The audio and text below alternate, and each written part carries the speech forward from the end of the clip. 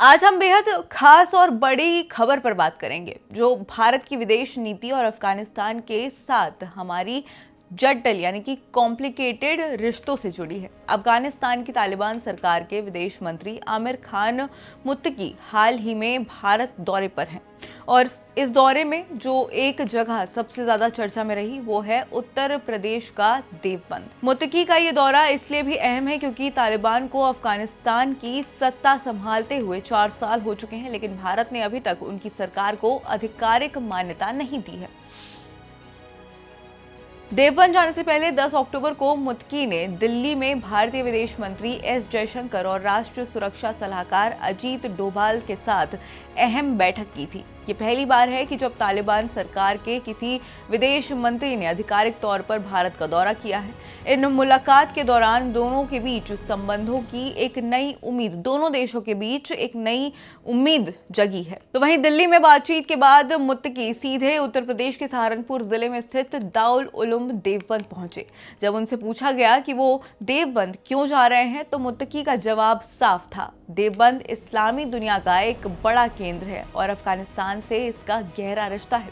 उन्होंने कहा कि वो वहां नमाज पढ़ने और लोगों से मुलाकात करने गए थे। वहां पहुंचने पर उनका जोरदार स्वागत किया गया। उन्होंने भारत और अफगानिस्तान के रिश्तों पर भी उम्मीद जताते हुए कहा कि उन्हें ये रिश्ते बहुत उज्जवल नजर आ रहे हैं।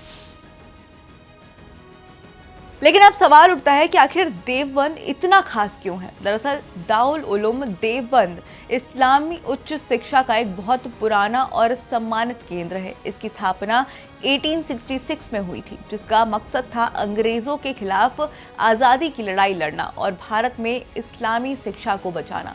लेकिन इसका तालिबान से कनेक्शन बहुत गहरा है। दारुल उलूम देवबंद देवबंदी आंदोलन की शुरुआत की जगह है। ये सुन्नी इस्लाम की हनफी विचारधारा का एक पुनर्जन्म आंदोलन है जो इस्लाम में मूल सिद्धांतों की ओर लौटने की बात करता है।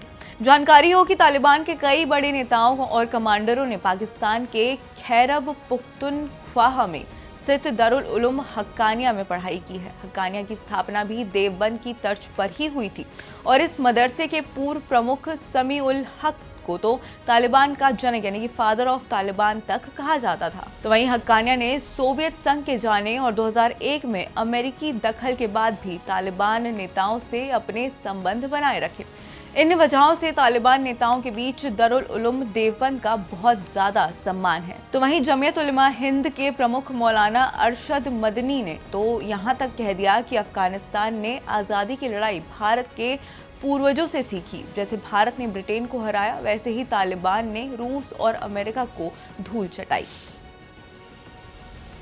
वैसे तो भारत ने अभी तक तालिबान को मान्यता नहीं दी है, लेकिन मुत्तकी का ये दौरा और उनका देवबंद जाना साफ दिखाता है कि तालिबान भारत के साथ रिश्ते बनाना चाहता है और सांस्कृतिक और धार्मिक रूप से देवबंद की अहमियत को भुनाना चाहता है।